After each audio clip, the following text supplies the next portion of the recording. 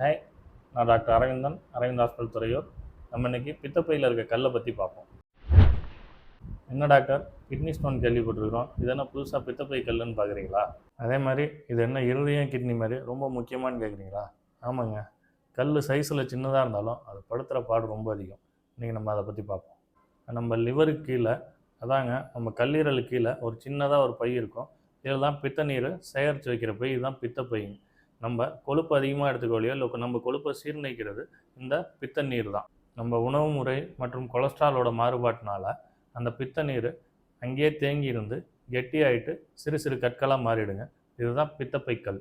இதுக்கு அறிகுறிலாம் என்னென்னா, நம்ம மேல் வயிற்றில் வர ஒரு கடுமையான வலி, அந்த வலி முதுகு பக்கத்துக்கும் பரவுறது, நெஞ்செரிச்சல், இதெல்லாம் அதோட ஆரம்ப கட்டத்தோட அறிகுறிகள்.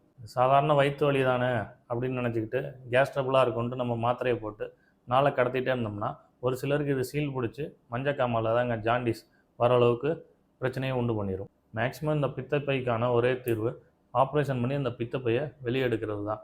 ஐயோ ஆப்ரேஷன்னு பயப்பட வேணாங்க. நம்ம நுண்துளை மூலமாக, அதாங்க லேப்ரோஸ்கோப்பி, வயிற்றில் ஒரு 3 துளை தாங்க போடுவாங்க.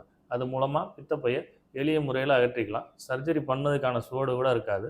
இந்த லேப்ரோஸ்கோப்பி ஃபெசிலிட்டியும் நம்ம அரவிந்த் ஹாஸ்பிட்டலில் அவைலபிளாக இருக்குது. பெரிய தழும்பு இருக்காது, வலி ரொம்ப கம்மி.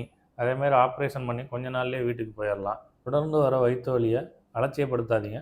நம்ம அரவிந்த் ஹாஸ்பிட்டல் வந்து பரிசோதனை பண்ணி என்ன வலி எதுக்காக வருதுங்கிறத தெரிஞ்சுக்கிட்டு அதுக்கான வைத்தியத்தை எடுத்துக்கோங்க. Stay fit, stay healthy. நன்றி.